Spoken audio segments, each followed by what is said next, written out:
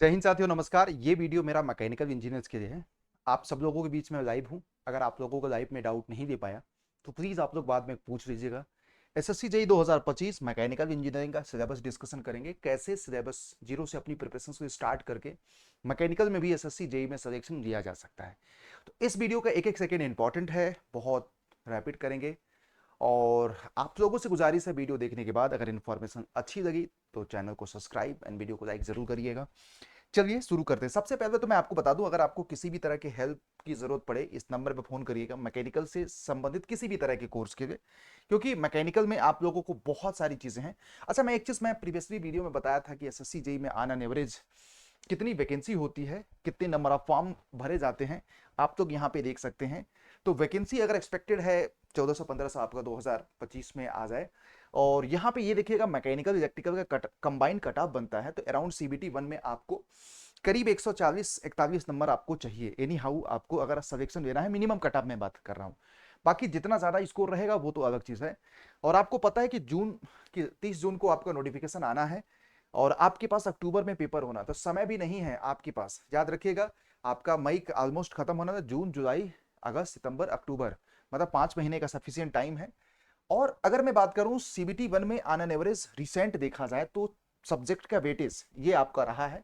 ये आपको सीबीटी 2 की बात मैं करूंगा, ये आपको सीबीटी 2 की बात करूंगा, है ना। सीबीटी 2 के दोनों पेपर की बात, 7 जून वाला और आपको इधर, ठीक। तो मोटा मोटा देखा जाए तो थर्मल और फ्लूइड मैकेनिक्स बहुत इंपॉर्टेंट वेटेज रख रहा है। अब 6 महीने में सबसे बड़ी बात क्या है कि डेली आप लोगों को 5 से 6 घंटे पढ़ना पड़ेगा, अपने खुद की नोट्स वगैरह। वीकली आपको टारगेट बनाना पड़ेगा कि आपको रिवीजन करना है तो करना है, फार्मूला सीट और अपने हेल्थ वगैरह पे प्रॉपर ध्यान देना पड़ेगा 5 से 6 महीने के बीच में। सबसे बड़ी बात है कि मैकेनिकल में कौन कौन से सब्जेक्ट आते हैं, ये एक बहुत बड़ा टास्क है। देखो, अभी अभी रिसेंटली मैं अगर आपको बात करूं, ज्यादा वीडियो को बहुत बड़ा नहीं करेंगे, एक चैनल का लिंक दूंगा। ये पीडीएफ आपको, इसका पीडीएफ मैं आपको दे दूंगा। एसएससी की वेबसाइट पर जब मैं जाता हूं, एसएससी की वेबसाइट पे जाता हूं तो हमेशा याद रखिएगा, किसी भी तरह का अपडेट, जैसे आपको ये जो मैं सिलेबस दिखाने वाला हूं ना, एसएससी की वेबसाइट से ही आपको बनाया गया है, दिया गया, मैंने कोई बाहर सिलेबस। हाँ, एक चीज होता है, बच्चों से गलती क्या हो जाती है, वो सीबीटी 1 की प्रिपरेशन कर रहे हैं एसएससी के ऑफिशियल वेबसाइट में। एक्चुअल में उन्होंने एक बहुत बड़ी गलती कर रखी है कि सीबीटी 1 में सीबीटी 2 के सिलेबस के हिसाब से पूछते हैं। तो 1 में तो बहुत सारे सब्जेक्ट के नाम उन्होंने मेंशन कर दिए, तो जो बिगिनर हैं, जो फ्रेशर हैं, उनको ये आइडिया ही नहीं रहता है।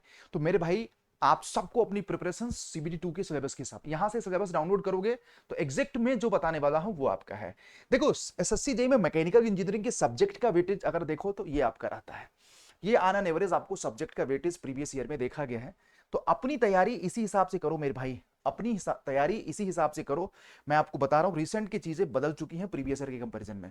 अब मैं आपको बता दूं, सबसे पहले देखो, जनरल इंटेलिजेंस एंड रीजनिंग का मैकेनिकल इंजीनियरिंग में देखो, ये तो साला कि सब पे कॉमन होता है, बट इन इन सारे टॉपिक्स पे, और एक वीडियो आप लोगों को ये भी बनाऊंगा मैकेनिकल इंजीनियरिंग के, टेक्निकल हो चाहे नॉन टेक्निकल, किस टॉपिक से सबसे ज्यादा क्वेश्चंस आते हैं। बट एज फॉर नाउ अगर मैं आपको बोलूं, कंपटीशन इतना वास्ट है ना, इसमें एक भी टॉपिक आपको छोड़ना नहीं है, मैं आपको बता दे रहा हूं। फिर उसके बाद जनरल अवेयरनेस की ये सारी चीजें आप लोगों को पूछी जाती हैं, तो इसमें भी किसी भी चीज को छोड़ना नहीं है, एनी हाउ मैं आपको बता रहा हूं। फिर उसके बाद थर्मल इंजीनियरिंग, देखो मैकेनिकल में करीब आज के समय में 50 नंबर का वेटेज हो गया है। तो अगर आप एसएससी जेई जैसे एग्जामिनेशंस को मैकेनिकल कैटेगरी में क्रैक करना चाहते हैं, क्योंकि एक बार अगर आपका एसएससी जेई कवर हो गया ना, तो सारे एग्जामिनेशंस कवर हो जाएंगे मेरे भाई। और सबसे बड़ी बात, एक छोटा सा नॉलेज मैं आपको दे देता हूं बेटा, अगर आपको प्रिपरेशंस करनी है तो भारत के सर्वश्रेष्ठ टीम मैकेनिकल इंजीनियरिंग का, मैं खुद ही आप लोगों को पता है कि यूट्यूब पे 5 बजे पढ़ाता हूँ डेली, किस लेवल पे आप लोग डेमो वगैरह देख सकते हैं बेटा। तो मैकेनिकल इंजीनियरिंग का एसएससी जेई का बैच है। और मैं तो ये कहूंगा कि आपके मल्टीपल एग्जामिनेशंस का 1 गो प्रैक्टिस है मैकेनिकल का महापैक, जो कि 2700 रुपए का मिल रहा है। अगर आप इस वीडियो को देख रहे हैं तो इस कूपन कोड के माध्यम से जरूर मैकेनिकल महापैक ज्वाइन कर लीजिए मेरे भाई। ये आप देखिएगा 2700 रुपए का 27 महीने के लिए है। तो हर एक इंजीनियर्स के पास कहीं का कोर्स हो, एटलीस्ट मैकेनिकल महापैक आपके पास होना चाहिए, क्योंकि रिसेंटली जो अभी आपका 31 मई वाला बैच है एसएससी जेई वगैरह का, सब इसमें मिल जाएगा आप लोगों को। ये देखो, सारे बैचेस आपको मिल जाएगा आपको। तो देर किस बात की, मैकेनिकल महापैक को जल्दी से ज्वाइन करो। तो थर्मल इंजीनियरिंग के किस किस पार्ट से क्वेश्चंस आते हैं ये आपको सामने है बेटा, है ना। ये सारे पार्ट आप लोगों को कॉमन है। फिर उसके बाद इसमें और भी थर्मल थर्मल के एप्लीकेशंस वाले पार्ट से भी बहुत सारे क्वेश्चंस एग्जामिनेशन में आते हैं। तो जो यहां पे आते हैं मैंने आप लोगों के लिए मेंशन कर दिए हैं। अब आपकी नैतिक जिम्मेदारी है इसकी प्रिपरेशंस करना, एनी हाउ। फिर उसके बाद ये सारा चीज देखो, ये आपको, ठीक। उसके बाद में आपको फ्लूइड मैकेनिक्स, देखो दिया तो बहुत कम टॉपिक है लेकिन पूछा बहुत डेप्थ में जाता है। तो फ्लूइड मैकेनिक्स वगैरह के किस किस टॉपिक के क्वेश्चंस एग्जाम में देखने, हालांकि इसके सब पार्ट हैं जो हम अपनी रेगुलर क्लासेस में पढ़ाएंगे आप लोगों को। फिर देखो आपको engineering mechanics, strength of material, ये सारे आप लोगों को टॉपिक पढ़ना है, ठीक। तो सिलेबस आपको बिगिनर के, ये थ्योरी ऑफ मशीन और मशीन डिजाइन की ये सारे टॉपिक्स हैं। इसमें बहुत सारी चीजें बोल्ड होंगी, बोल्ड का मतलब हाईली इंपॉर्टेंट है, राइट। और हालांकि जिस तरह से और ये आपको मैन्युफैक्चरिंग प्रोसेस, प्रोडक्शन इंजीनियरिंग के, कास्टिंग हो चाहे वेल्डिंग हो चाहे मशीनिंग हो, आप चाहे आपको मेटल फार्मिंग हो, ये सारे टॉपिक आप लोगों को बेसिकली प्रोडक्शन इंजीनियरिंग का वेटेज है, आपको मैं बता दूं मैकेनिकल का, ठीक है। राइट ना, मुझे लगता है कि आप लोगों को अब मुझे बताना है, देखो सिलेबस में तो यही बता सकते हैं, अब मैं आप लोगों को बता रहा हूं कि यार 5 महीने का गोल क्या होना चाहिए। देखो हमको लग रहा है कि 5 महीने में, 5 मंथ में अप्रॉक्स 150 दिन आपको मिलेगा, जिसमें अब अगर आपको एग्जाम क्रैक करना है तो सेल्फ स्टडी 5 से 6 घंटे करना पड़ेगा, कोचिंग को एक्सक्लूड करके, याद रखिएगा। फिर उसके बाद पहले मंथ आपको, देखो बिगिनर है ना, जीरो से, मैंने बोला जीरो से स्टार्ट करना है, तो भाई जीरो से स्टार्ट करने का मतलब आपको बेसिक गोल, बेसिक्स कॉन्सेप्ट पे फोकस करना पड़ेगा। Cover basic concept, formula and start developing the numerical ability. Focus हमें करना है पहले engineering mechanics, strength of material, thermal का बेसिक, थर्मोडायनेमिक, क्योंकि जब आप बेस मजबूत कर लोगे तो बाकी सब्जेक्ट को जब पढ़ोगे ना तो मुझे लग रहा है कि ज्यादा फायदा होगा। क्योंकि देखो इंजीनियरिंग मैकेनिक्स सोम में काम आएगा, थर्मोडायनेमिक्स आपको किस में काम आएगा, पूरे थर्मल के पार्ट में काम आएगा। फिर उसके बाद आपको डिटेल नोट्स और शॉर्ट नोट्स बनाना है हमारे प्लेटफॉर्म से पढ़ के, लाइक यूट्यूब से, अड्डा के ऐप से, और ये करना ही पड़ेगा, मैं आपको बता रहा हूं।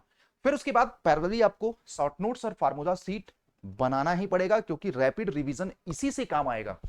फिर उसके बाद start solving previous year questions, PYQ of each topic, मतलब जब भी आप कोई कॉन्सेप्ट पढ़ रहे हैं तो एटलीस्ट पहला स्टेप तो यही होना चाहिए कि आपको इस टॉपिक के पीवाईक्यू, जैसे आप जो भी सब्जेक्ट पढ़ रहे हैं, जो भी सब्जेक्ट का टॉपिक पढ़ रहे हैं, क्योंकि पीवाईक्यू आपको बताएगा कि आपके सब्जेक्ट पे कितनी कमांड है कितनी नहीं है मेरे भाई, ठीक है। सेकेंड मंथ में आपको कोर कंसेप्चुअल सब्जेक्ट पढ़ना है, like fluid mechanics, theory of machine, IC engine, material science, ये सारा सब्जेक्ट आप स्टार्ट कर सकते हैं। क्योंकि अब आपको देखो थ्योरी ऑफ मशीन पढ़ोगे कोई दिक्कत नहीं आएगा, फ्लूइड मैकेनिक्स पढ़ोगे, सोम वगैरह पढ़ चुके हो, मटेरियल साइंस पढ़ोगे कोई दिक्कत नहीं है। तो ये सब्जेक्ट आप सेकंड मंथ में रख सकते हैं, इसको आप किसी भी तरह का विदाउट एनी डेविएशन, सच बोलूं तो मैकेनिकल इंजीनियर्स को करना ही नहीं है भाई डेविएशन। अच्छा आप लोगों की लाइव कमेंट नहीं दे पा रहा हूं तो बेटा वीडियो को बस इतना है कि कम समय में ज्यादा इंफॉर्मेशन करने के लिए मैं आप लोगों को इस तरह से कर रहा हूं, तो आप लोग परेशान मत होना, मैं आपके पर्सनली कमेंट का जवाब वीडियो खत्म हो जाने के बाद दूंगा बेटा।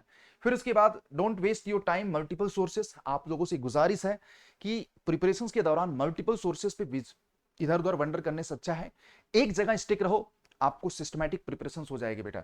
फिर से उसके बाद तो वही मैंने आपको बताया, short notes and revision weekly आप लोग प्लान कर लेना कि एक दिन रिवीजन करना ही तो करना है भाई, और कम से कम एक टॉपिक के 20 क्वेश्चंस की प्रैक्टिस कर लो। अब आपकी बात आ जाती है तीसरी महीने की स्कोरिंग सब्जेक्ट।